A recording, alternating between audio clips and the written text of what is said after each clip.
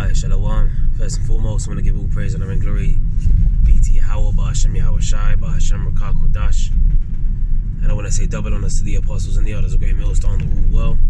And blessings to the hopeful elect out there listening and learning and teaching this word in sincerity and truth, in the hopes that we may edify and feed the lambs of Yahweh Shai, especially in these last days. Alright, and in these last days when and I was just pretty much just, driving on my way to work, I gotta go pick up a work colleague and stuff, and I was just thinking to myself, we're pretty much living in a time of all out, like, lows and woes, and the scriptures speak about the lamentations and mournings and woes of the scriptures.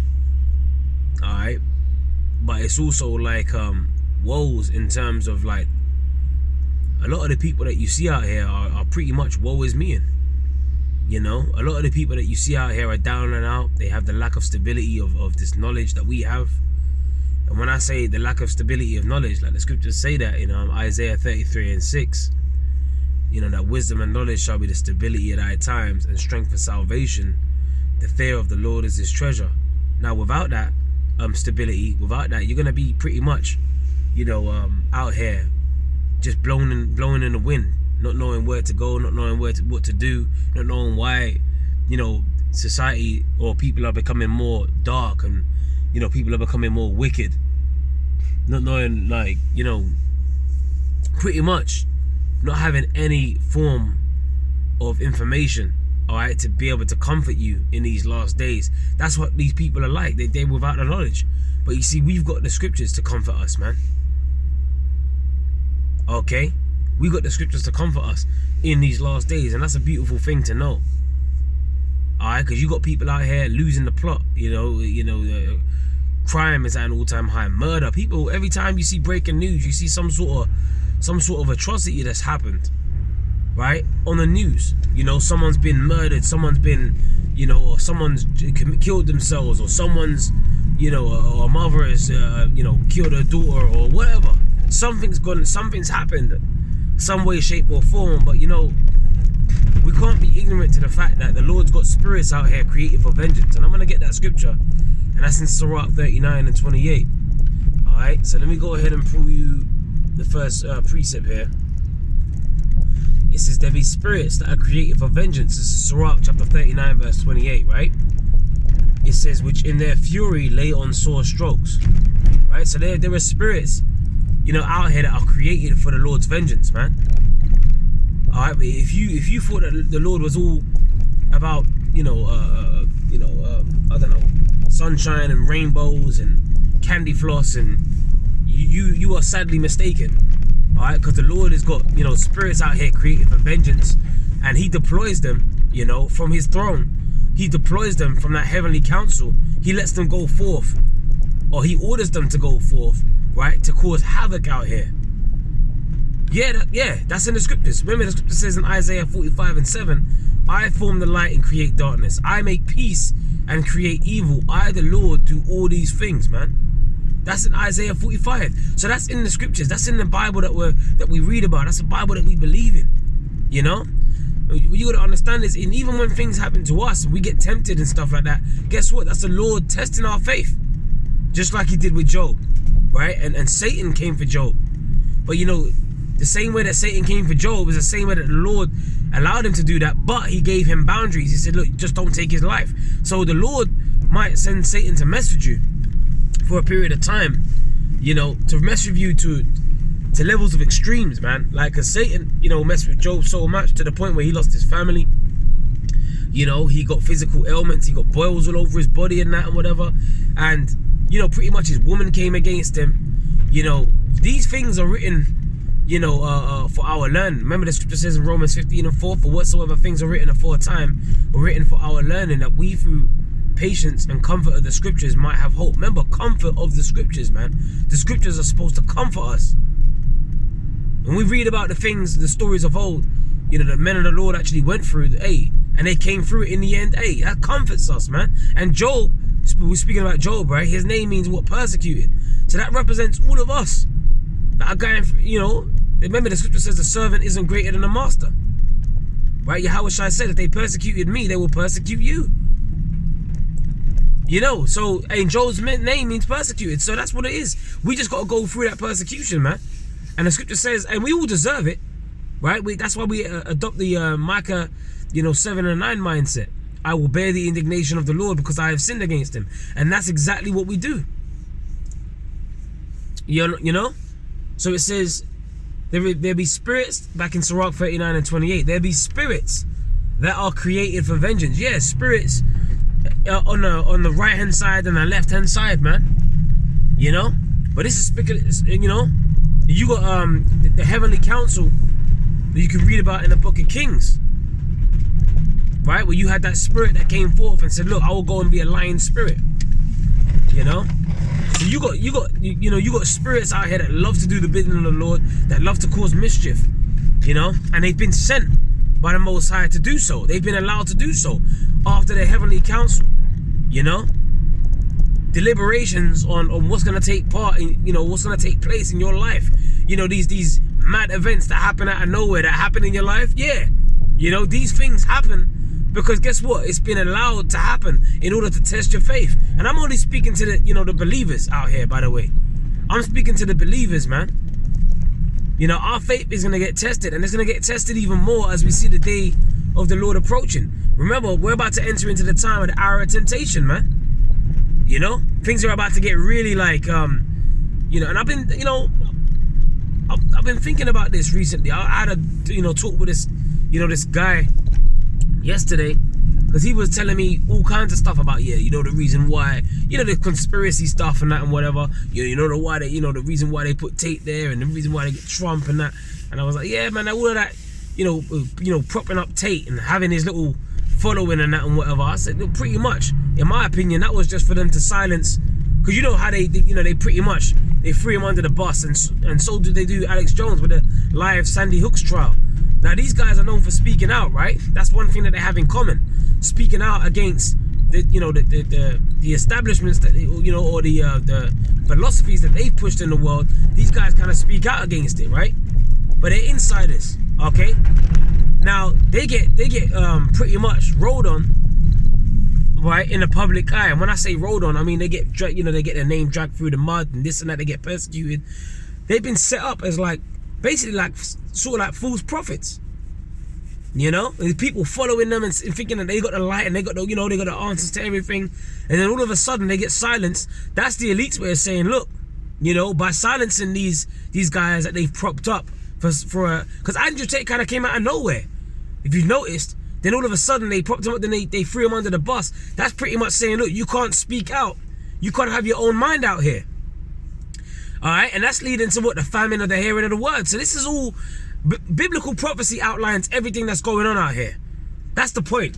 Everything that we see happening, everything that we see and we're experiencing, what we see taking place in these last days, the fact that you ain't even gonna be able to speak your mind, right? That's actual biblical prophecy, man. Especially when you come with the scriptures, especially when you're speaking about the prophecies of the Bible.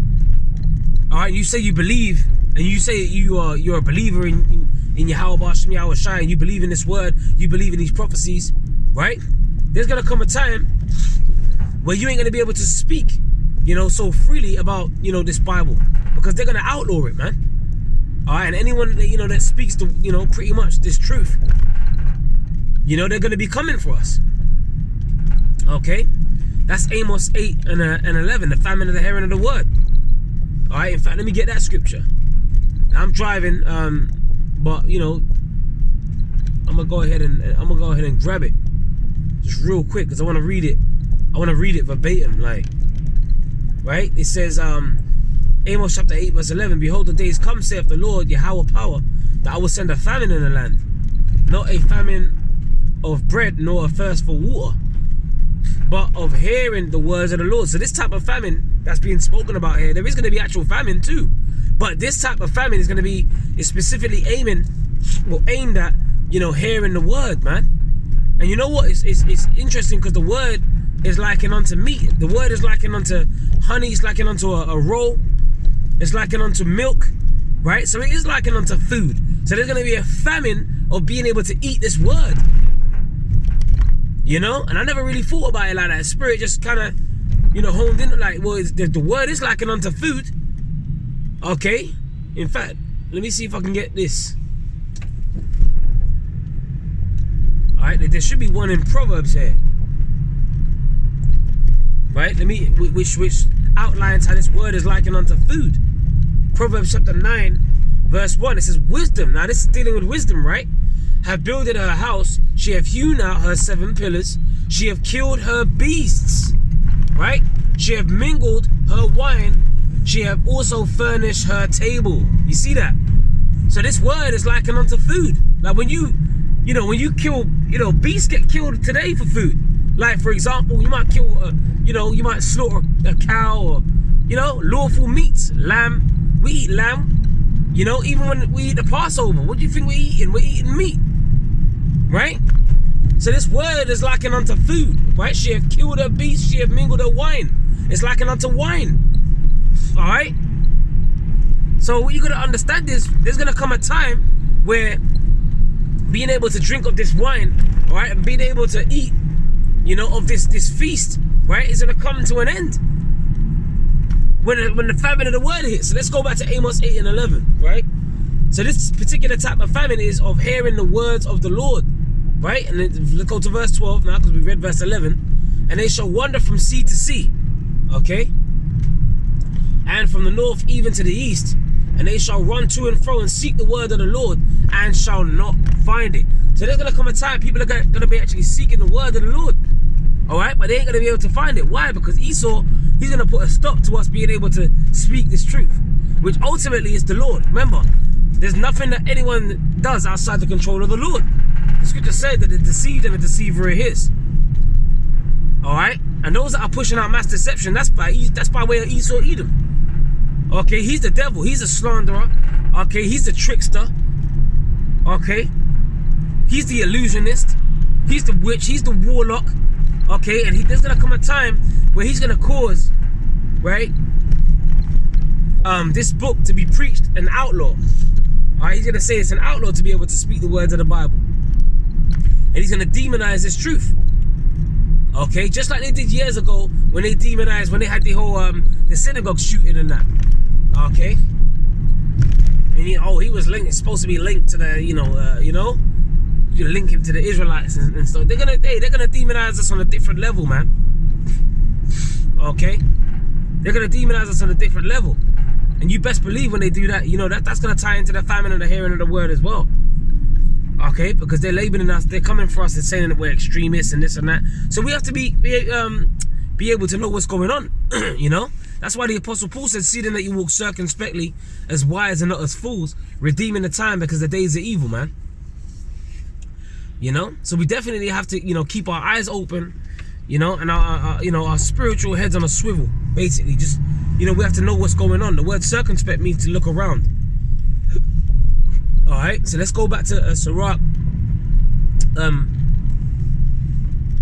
Well, the point's kind of moved on, but I'm gonna just to finish off the verse. I'm gonna read it. Then I'm gonna go to Revelation 12 and 12.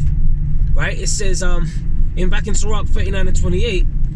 It says, so these spirits that are out here, right? It says, which in their fury they lay on the sword strokes, right? The spirits that are created for vengeance. In the time of their destruction, they pour out their force and appease the wrath of him that made them. And that's exactly what they're set out to do, man. And you best believe that the spirits of vengeance, Esau, when he's like when he sends out them troops and they're like madmen sparing none, what kind of spirit do you think is going to be on them? That spirit of vengeance, man. That's the Lord's vengeance. And they're going to be doing the bidding of the Lord. Everyone that we was warning, all you Israelites out there, that you scoffers, you scorners, you're going to see the full wrath of the Lord, right? And it's going to manifest in itself in many different forms. One of the forms it's going to manifest itself in is when them troops roll out. And they ain't gonna spare no feelings, man. Remember the scripture speak about that in Ezekiel 9 and 5. Slay utterly old and young, both maids and women and children. Right? So the women, they get mentioned twice. So a lot of these women, they're gonna get jacked up out here, man. A lot of these women, you're gonna realize, pretty much, that thing that you've been taunting men with in between your legs, that's gonna be given up freely. Not even given up, it's gonna get taken. You know what I'm saying? Especially in the prettier you look, all these so-called pretty women out here that have been ruining men's lives, Even if you ain't, right? In that time, you just gonna get grabbed up. There's gonna be troops out here. They're gonna be like madmen sparing none. It's gonna be like Handmaid's Tale, man. And we've been telling you that these times are coming. And Lord willing, I'm gonna get back in talking about that. 2nd Ezra 15 and 16 spirit. You know? Because that's the time that we're coming into, man. Right? Times that are hard to take. Lows and woes. This is the time that's coming, man. Mass lows and woes. And mass means death, by the way. So you people, man, are out here lollygagging, you partying, you bullshitting, you bread and circusing.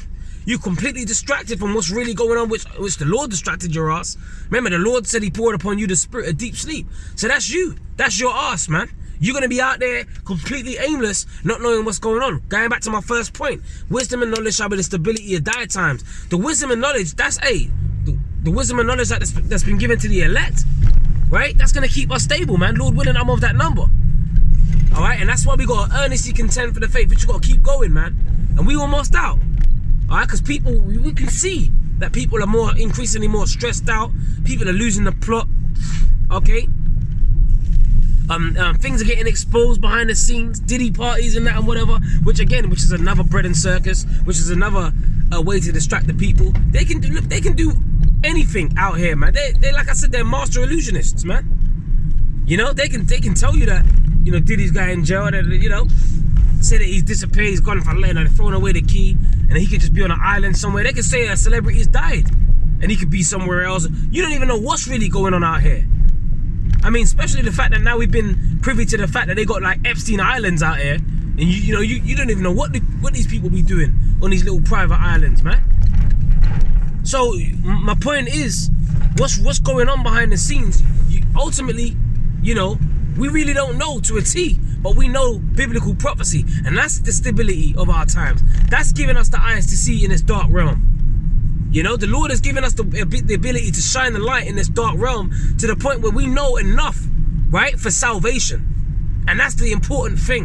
What are you doing in order to make sure, right, that you take hold of this light in this dark realm, right, in order to find salvation? And ultimately, salvation has to be given to us, man, right? And that's coming through, you know, Yahweh Shai. There ain't no way we ain't going to be saved up by Yahweh Shai, man. You know? So these are the things that we got to think about, man. And the word is the light, man. So this word, we got to take it seriously. The understanding. Remember, the scripture says, so shall my word be that goeth forth out of my mouth.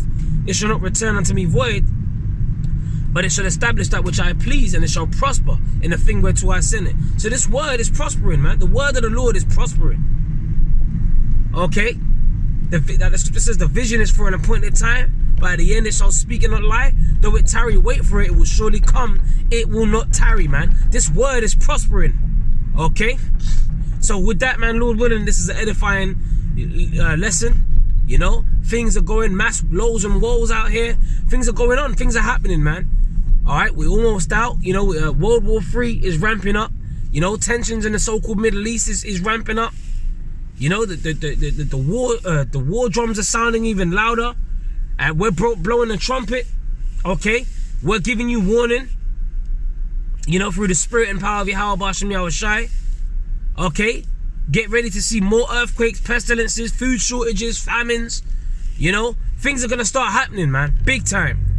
Remember the scripture says in Daniel 12:1, right? And at that time shall Michael stand up, the great prince which standeth for the children of thy people. And there shall be a time, and the Lord's people are who? The Israelites, man. Starting with the elect. And there shall be a time of trouble such as never was since there was a nation. Right? Since there was a nation. Okay? So the time of trouble that's coming is going to be incomparable to any other time there ever has been since there was a nation. Now that's telling you something. Right? And that's also a future prophecy, because there's never been an event that's happened that's been worse than the first death. Right? The flood during the time of Noah. So there you go. So this has got to be a future prophecy. And that's Old Testament. That's Daniel the 12th chapter. Alright? So for all you New Testament only, or I don't believe it's Old Testament, or whatever, listen, man, that's an Old Testament prophecy right there. That's still got to play out. Okay? So with that, man, I pray you were edified. You know? Till the next time, shalom to the elect.